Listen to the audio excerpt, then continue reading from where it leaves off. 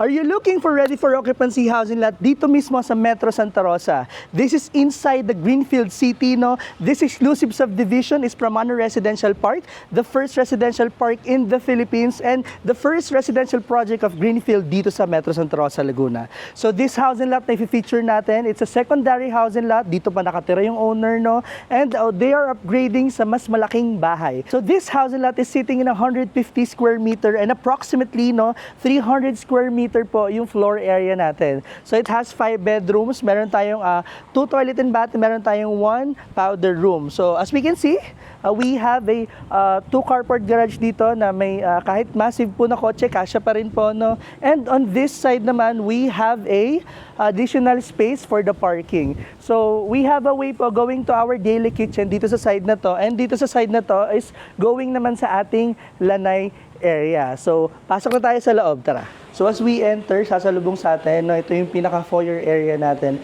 is this massive aquarium, no? And we have a wooden door na naka-smart lock na rin siya, no? So on this side, plain lang din po, and we have an art piece. But for confirmation pa yung ibang art piece, if kasama sila dun sa total contract price of the house. So as we enter, this is our living area. Mapansin nyo, we have a pin light sa bawat gilid and high ceiling na rin po siya. Pero on this side po, sa foyer area natin, we have a double high ceiling para sa ating malaking chandelier. Yan, ang lawak din. And we also have a window na with direct access po ng sunlight sa paloob mismo ng bahay. So, ganito kalaki, guys. And ito, may mga storages na rin naman sa ilalim, pero storages and tanks po ito ng mga isda na gagamitin. So, hindi po kasama yung mismong isda, pero yung aquarium itself, kasama na po sa bentahan dito sa loob ng bahay. So, mamaya, may basement tayo, no? Pero explore muna natin itong side na to. So, this is the living, this is the dining area, no? Mapansin nyo, very turno din yung mga natin, curtain, no? And nakatakip din po yung mga curtain trail natin para mas malinis siya tignan. So dito sa living, nagkaloob tayo ng cove lights, tapos may chandelier din tayo dito, no? So lipat tayo dito sa kabilang side, we have our kitchen area.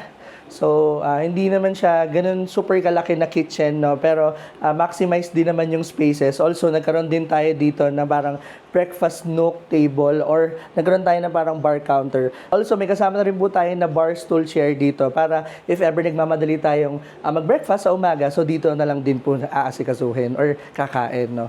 So, explore lang tayo dito. Meron tayo dito mini kitchen island dito sa side na to na meron din mga storages, no? Then, this side is our kitchen sink. May mga cabinets na rin po sa ibabaw, ay sa ilalim na meron na tayong overhead cabinets din.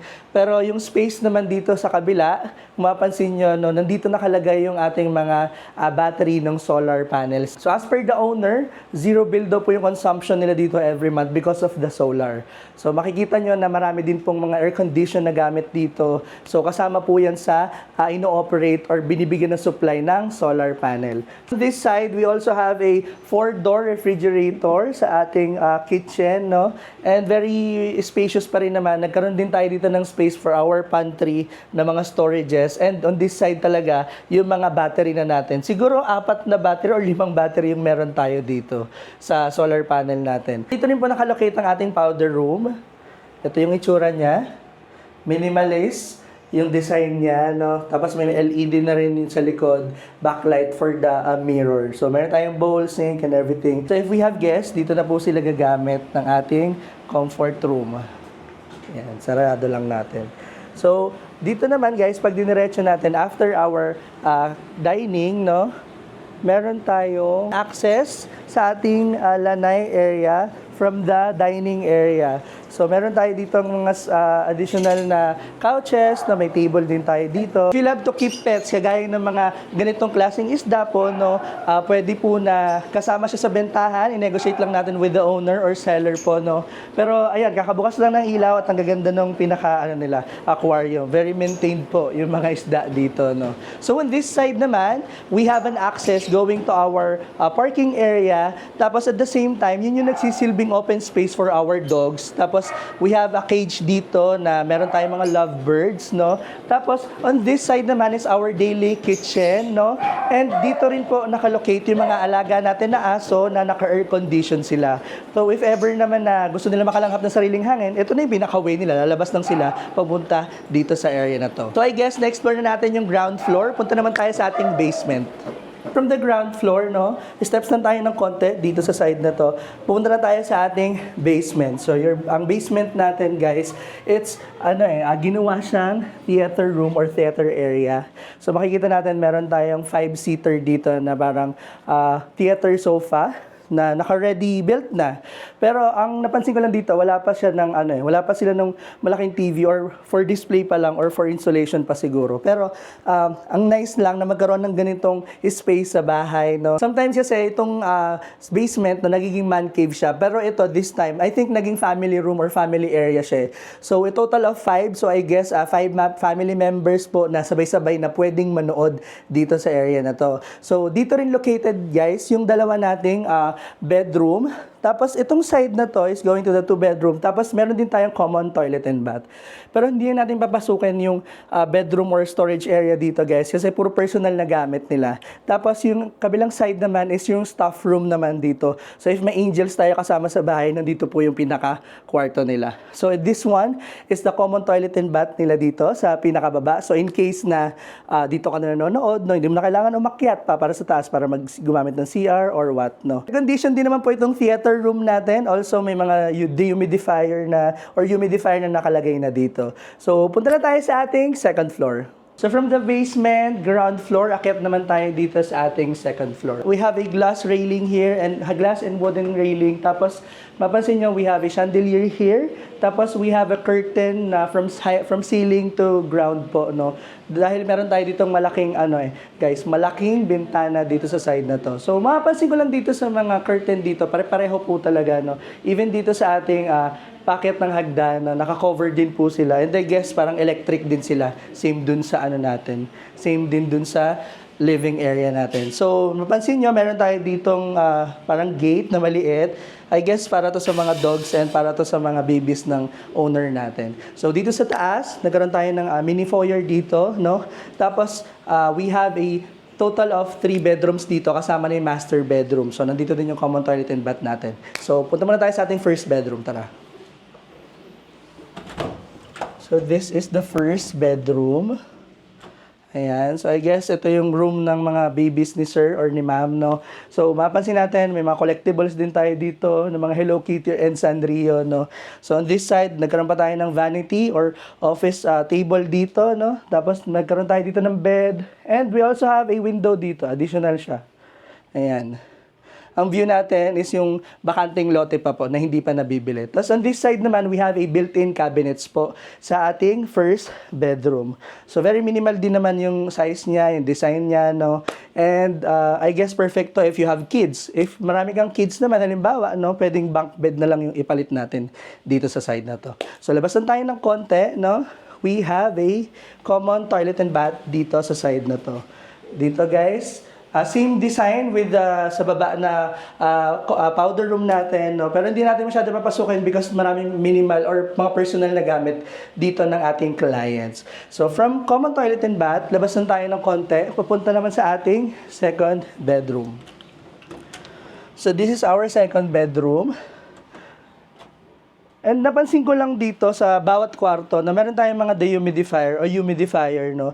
So, sa mga hindi nakakaalam, yung dehumidifier po, sila po yung nagbabawas ng risk na magkaroon po tayo ng ubo, no? Kasi nagke-create kasi ng molds kapag walang dehumidifier. So, I guess lahat ng mga rooms, meron talaga siyang kasama na dehumidifier. So, this is the second bedroom. Same with the, first bedroom, may built-in cabinets din.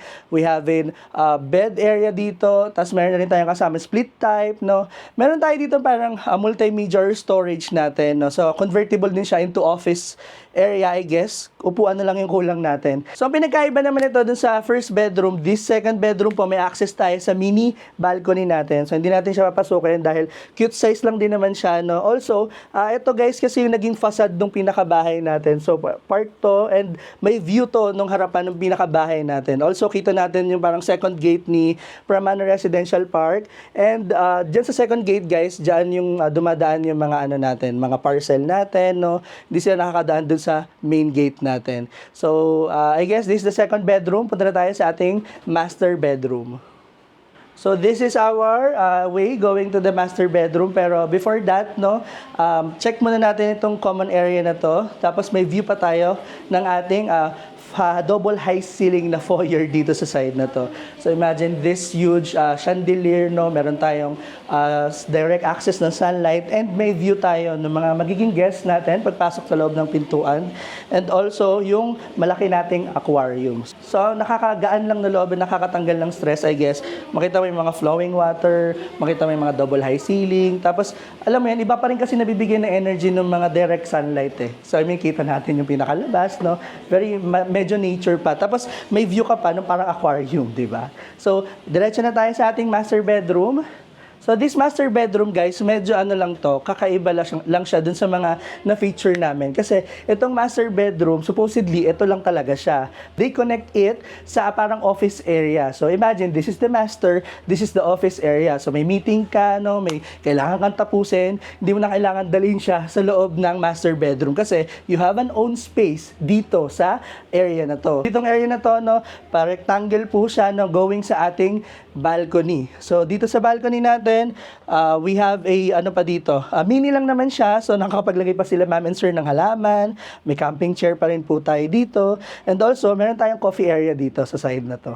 Tapos, may view pa tayo dito ng malaking bintana. So, yung katabi nating lote yung makikita natin dyan. So, from your working area sa master bedroom, diretso lang tayo dito sa pinaka-master bedroom natin. So, ang ating master bedroom, very functional, minimal din naman yung mga design natin. Nagkaroon tayo ng vanity area dito sa side na to. Multimedia set dito, no? And also, nagkaroon din tayo ng malaking chandelier dito sa side na to. So, I guess yung mga napapasok natin ng mga rooms, kung mapapansin nyo, no? Naghahalo-halo lang din naman yung mga colors, no? May mga black, shade of black, may shade of brown, and meron mga neutral color, kagaya dito mga beige, no? So, on this side is our ensuite toilet and bath, and considerable na rin to as our built-in or walk-in closet. Hindi ko na papakita yung bathroom natin, no, dahil medyo personal po yung mga nakalagay dito. Since dito pa rin po naman nakatira yung ating owner, no. Ibenta nila tong bahay, no, because mag-upgrade sila ng mas malaking bahay, no. So, ayun, pag-usapan natin yung details sa baba, balik lang tayo, tara. So I believe that's the end of our house tour. Again, if you are interested to live inside Metro Santa Rosa, no, this subdivision, this exclusive subdivision is in Pramana Residential Park. And pwede tayong mag-tour. I-message nyo lang ako sa mga number flash on the screen. That's +639 1712 It has Viber, WhatsApp, and iMessage. Again, I am Pa of Lux Properties. See you in our next video.